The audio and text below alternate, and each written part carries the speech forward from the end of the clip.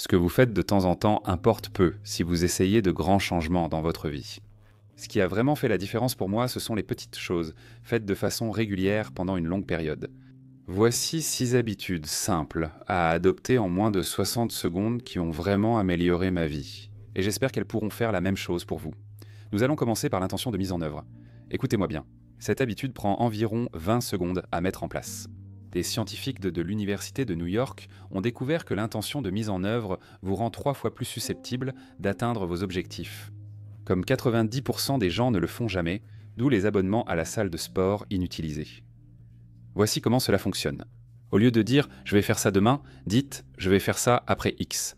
Après m'être brossé les dents, après avoir mis mes chaussures, après être sorti du travail, après avoir passé l'appel téléphonique, c'est à ce moment-là que je vais faire cette chose. Cela semble simple, mais honnêtement, ça m'a beaucoup aidé. C'est créer une habitude. Dès que je me mets au lit le soir, je vais lire pendant 10 minutes ou une page ou peu importe. Avant même de penser à être sur mon téléphone ou à faire autre chose. Au lieu de me dire « je vais boire plus d'eau » ou « je vais arrêter d'acheter des sodas ». C'est après avoir préparé mon café le matin, je vais préparer une bouteille d'eau ou un déjeuner, ou peu importe, à emporter avec moi pour le travail. C'est faire en sorte qu'une habitude se mette en place après une activité qui va de toute façon avoir lieu.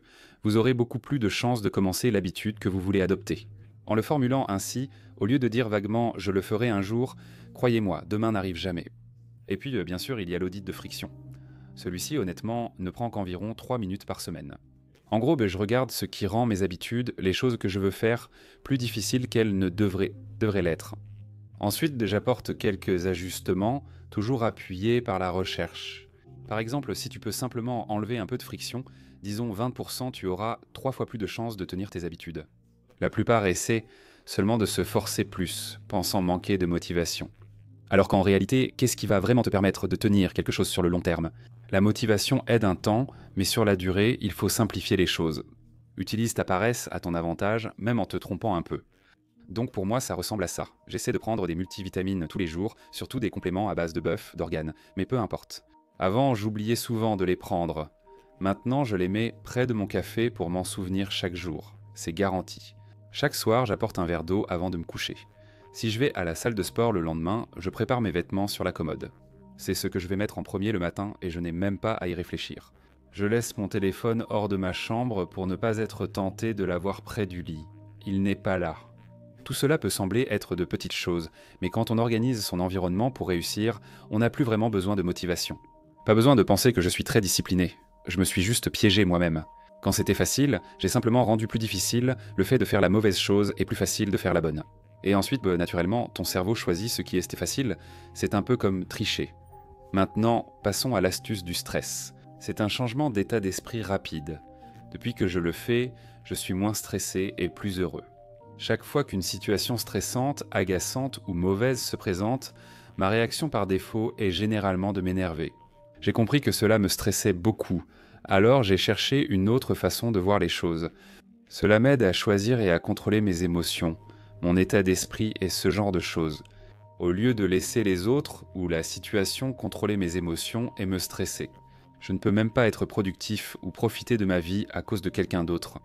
Donc par exemple, si quelqu'un que tu connais ne se présente pas à une réunion, ou si quelqu'un annule alors qu'il devait venir. C'est comme cool, j'ai du temps en plus, c'est pas grave. Maintenant, j'ai vraiment un peu de temps libre dans la journée. Ou je fais une erreur, ou par exemple, une de mes nombreuses entreprises a échoué. C'est comme, tu sais, ce n'est pas grave, j'ai appris quelque chose, je peux passer à autre chose, je me rends compte que ce n'est pas ça maintenant, ce n'est pas grave. Comme littéralement tout, du pneu crevé au fait de se faire couper la route et insulter dans la circulation. Tu peux crier en retour et être en colère, ou tu peux te dire « Oh, ce pauvre type ». Quelle journée ils ont dû avoir pour me couper la route et crier alors que je conduisais normalement. J'ai de la peine pour eux. Tu peux aussi te dire « Abruti, peu importe. J'étais comme ça avant ». Ces dernières années, j'ai choisi de répondre positivement aux situations négatives. Et je n'ai plus vraiment beaucoup de situations négatives maintenant, parce qu'en fait, rien n'est vraiment bon ou mauvais. C'est juste que je peux choisir ce que je veux que ce soit. Et la plupart des choses y sont bonnes maintenant, ce qui est plutôt sympa. Honnêtement, c'est beaucoup plus facile. Ensuite, la victoire minimale. J'ai l'impression d'explorer tous les angles de ce canapé. Cette habitude m'a permis de suivre mes routines pendant des années et d'être bien plus productif. Et aussi beaucoup plus d'argent, ce que je vais expliquer. Voici l'idée. Au lieu de viser la perfection, créez une version réduite de votre habitude ou objectif, ou un repère à atteindre. J'utilise cela de diverses façons, notamment pour aller à la salle de sport 5 jours par semaine, ce qui serait idéal. J'ai 2 enfants, je gère plusieurs entreprises différentes, je voyage aussi beaucoup et ça n'arrive pas toujours. J'ai remarqué qu'en m'entraînant 3 fois par semaine, au moins 30 à 45 minutes, je me sens bien. C'est donc ma référence. Ça peut être 3 jours d'affilée, ça peut être 1 jour sur 2, ça peut être comme je veux. Même si je peux faire plus, je m'en tiens à ce minimum depuis 10 ans. C'est quelque chose de durable, sans chercher à être parfait. Ce n'est pas 1 heure 5 jours par semaine, ce n'est pas 2 heures 7 jours sur 7. 1 heure et demie par semaine, c'est tout à fait faisable, non? Je fais pareil pour la lecture. 1 page par jour, ou des formats courts courts. Et je lis un résumé d'un livre auquel je pense ou que j'ai déjà lu. Je suis vraiment un grand fan, et tout ce que j'y ai appris m'a aidé à développer mes entreprises. C'est en fait l'une des raisons pour lesquelles j'ai lancé une autre entreprise, grâce à ce que j'ai appris dans les livres ou dans les résumés de livres. Cela a changé ma vie. Meilleur investissement. Je mets un lien. Tout n'a pas à être parfait. Pour méditer, engage-toi à 1 minute par jour. Tu peux faire plus, mais 1 minute suffit pour maintenir la série. Les gens font souvent ça avec leur alimentation. Ils pensent avoir échoué s'ils craquent ou ratent une séance ou un jour. Je vais reprendre la semaine prochaine. Ils reportent sans cesse, c'est pourquoi tant de gens arrêtent la salle de sport. Mais avec un minimum d'exigence, tu te dis « je ne suis pas allé à la salle ». Mais tant que je fais, tu sais, 20 pompes, je peux quand même considérer ça comme une réussite. Au moins tu agis, tu poursuis tes habitudes, ce qui t'aide à tenir sur la durée, même si ce n'est pas parfait. Tu lis, tu progresses, tu manges sainement, tu travailles. L'essentiel est d'agir. Pour mes entreprises, c'était toujours juste une action pour elles. Peut-être que c'est écrire une idée que j'ai eue, peut-être que c'est, tu sais, créer quelque chose, peut-être que c'est parler à mon équipe. Quoi que ce soit, je fais une chose pour me rapprocher de mon objectif. C'est une grande astuce.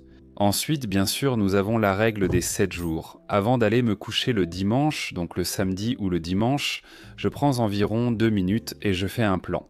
Quelles sont généralement les 1 à 3 choses qui, si je les accomplis, feront de ma semaine une réussite? Cela peut être aller 3 fois à la salle cette semaine et faire chaque jour quelque chose pour mon entreprise. Ou, tu sais, je crée cette chose pour mon entreprise. Peut-être que ce sont mes 3 principales tâches de travail, peut-être même ce que je ferai quand j'aurai envie de procrastiner, je vais vraiment l'écrire physiquement. Non seulement parce que les objectifs écrits ont 42% plus de chances de se réaliser et que les personnes qui s'engagent à l'avance respectent leurs objectifs, je crois. 72% plus souvent. Je ressens aussi moins de stress mental en me réveillant chaque matin en sachant exactement quoi faire. Et je fais aussi cela quand il s'agit d'argent. Donc peut-être que pour vous, c'est épargner ou investir. Mais je vais choisir quelque chose auquel je peux m'engager et ensuite m'assurer de le faire chaque jour. C'est comme, en ce moment, c'est investir 10 $ par jour, peut-être que c'est économiser 5 $ par jour, peut-être que c'est investir 100 $ par jour, peu importe ce que c'est pour vous. Choisissez quelque chose que vous pouvez maintenir sur la durée, puis automatisez-le. Si vous avez quelque chose auquel vous vous êtes engagé à l'avance, c'est tellement plus facile d'éviter d'acheter sur un coup de tête ou d'agir impulsivement. Faites de l'investissement une activité que vous attendez avec impatience. Personnellement, j'apprécie voir mes progrès continus. Ça en fait un jeu où j'essaye d'obtenir de meilleurs rendements et de faire croître mon avenir. Et concentrez-vous là-dessus au lieu de vous focaliser sur l'achat de choses et la gratification immédiate.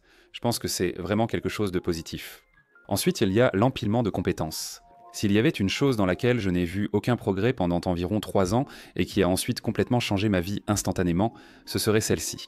J'avais aussi pensé à ce titre. Comment avoir de la chance ? Parce que celle-ci consiste à étudier une compétence chaque jour pendant une longue période.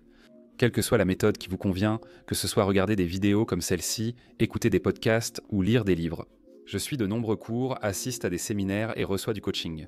J'aime aussi travailler différentes compétences comme faire des vidéos, raconter des histoires, le marketing, ce genre de choses. Durant les 3 à 5 premières années, je n'ai constaté aucun progrès. J'écoutais un livre par jour, parfois en travaillant dans la voiture ou en nettoyant des bureaux. J'apprends des choses depuis des années, chaque soir. Je travaille à temps plein, j'ai des petits boulots et d'autres activités et j'apprends autant que possible. Je ne constate pas de réel progrès, surtout après l'échec de toutes ces entreprises.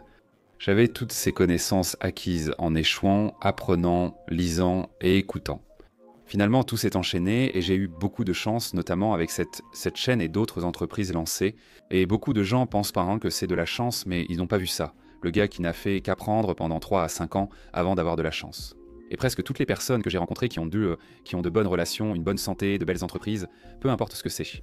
La plupart d'entre eux ont fourni énormément de travail, ont traversé beaucoup de problèmes et de difficultés, et ont fait beaucoup d'efforts que personne n'a vus. Atteindre ce résultat qui semble vraiment génial. Donc accumuler des compétences compte sur une longue période, même si c'est sur une courte durée, c'est ce qui peut tout déclencher d'un coup. Et c'est l'une des raisons pour lesquelles j'enseigne maintenant. Parce que non seulement la meilleure façon pour moi d'apprendre est de devoir maîtriser quelque chose extrêmement bien pour pouvoir l'enseigner. Et j'apprends aussi, tu sais, l'art oratoire et ce genre de choses de cette façon. Mais je pense que se donner les moyens et croire que tu peux faire quelque chose et l'étudier, même si tu échoues dans cette chose, fait de toi une meilleure personne pour avoir essayé.